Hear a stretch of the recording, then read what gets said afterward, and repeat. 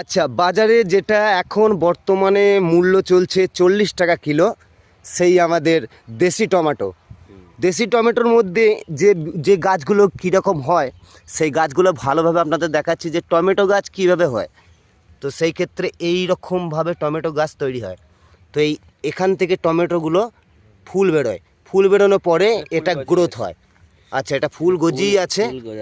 হ্যাঁ, এই ফুলের থেকেই, হ্যাঁ এই ফুলের থেকেই আপনারা এই গাছের টমেটোটা দেশি টমেটো। এটা এই যে একটা ফুল গজিয়েছে।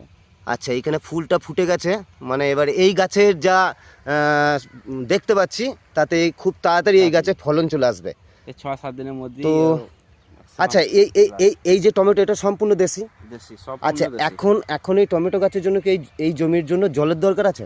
জল আর একবার দিতে হবে। এখন দিয়েছে, আপাতত দিয়েছি। এখন মেঘের ওয়েদারে খারাপের জন্য।